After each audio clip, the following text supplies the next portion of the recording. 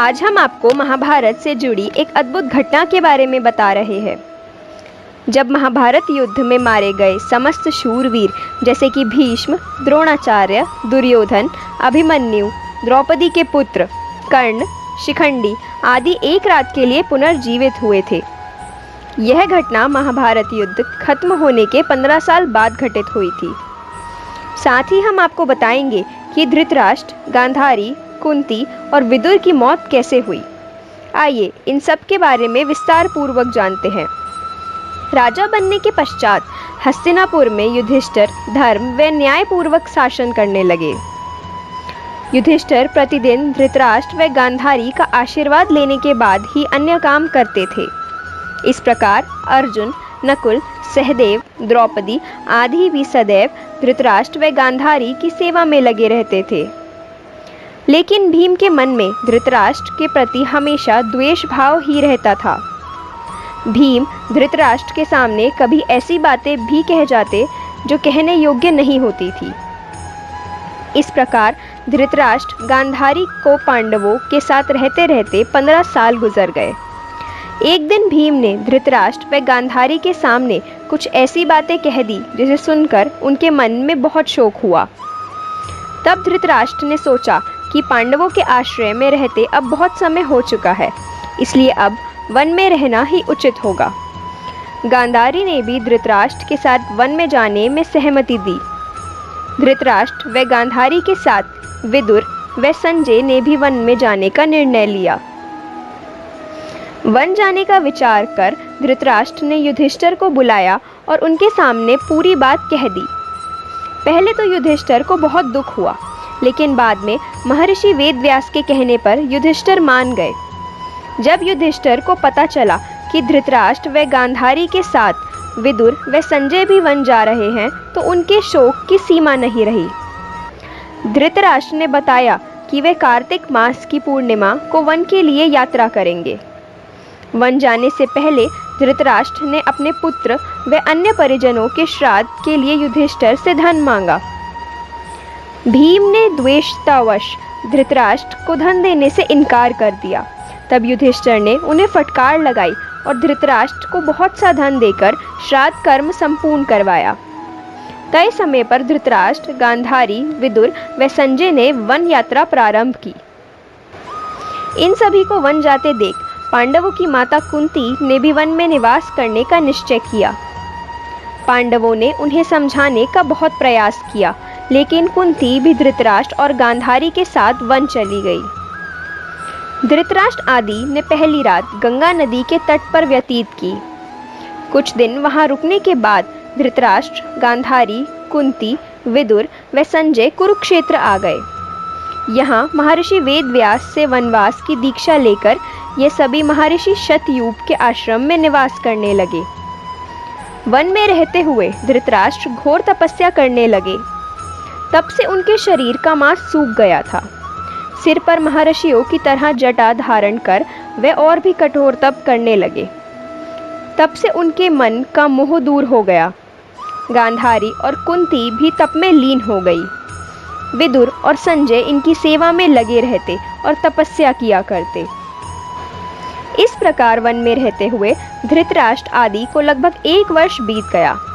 इधर हस्तिनापुर में एक दिन राजा युधिष्ठिर के मन में वन में रह रहे अपने परिजनों को देखने की इच्छा हुई।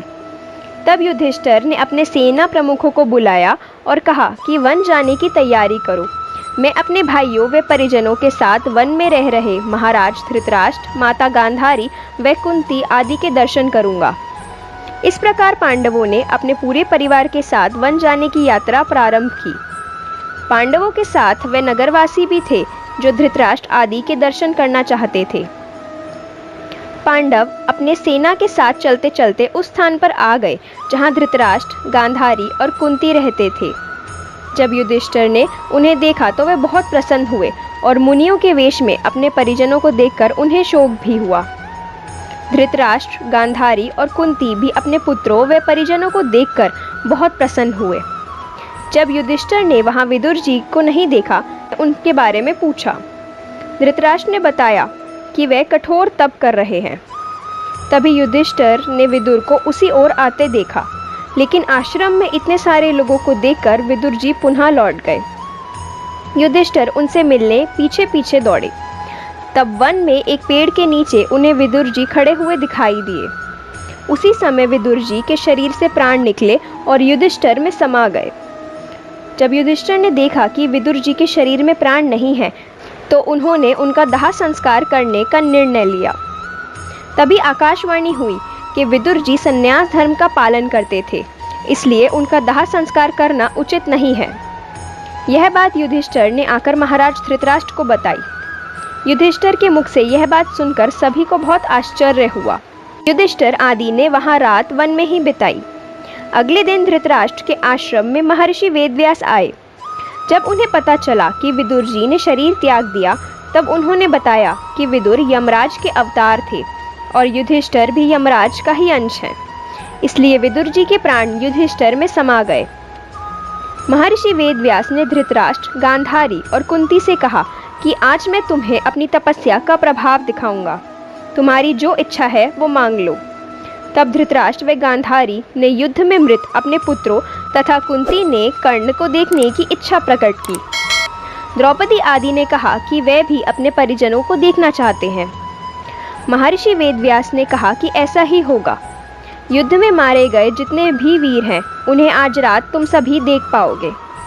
ऐसा कहकर महर्षि वेदव्यास ने सभी को गंगा तट पर चलने के लिए कहा। महर्षि वेदव्यास के कहने पर सभी गंगा तट पर एकत्रित हो गए और रात होने का इंतजार करने लगे।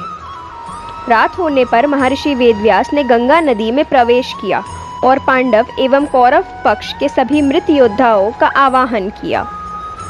थोड़ी ही देर में भीष्म, द्रोणाचार्य, कर्ण, दुर्योधन, दुशासन, अभिमन्यु, धृतराष्ट्र के सभी पुत्र, घटोत्कच, द्रौपदी के 5 पुत्र, राजा द्रुपद, धृष्टद्युम्न, शकुनी, शिखंडी आदि वीर जल से बाहर निकल आए। उन सभी के मन में किसी भी प्रकार का अहंकार व क्रोध नहीं था।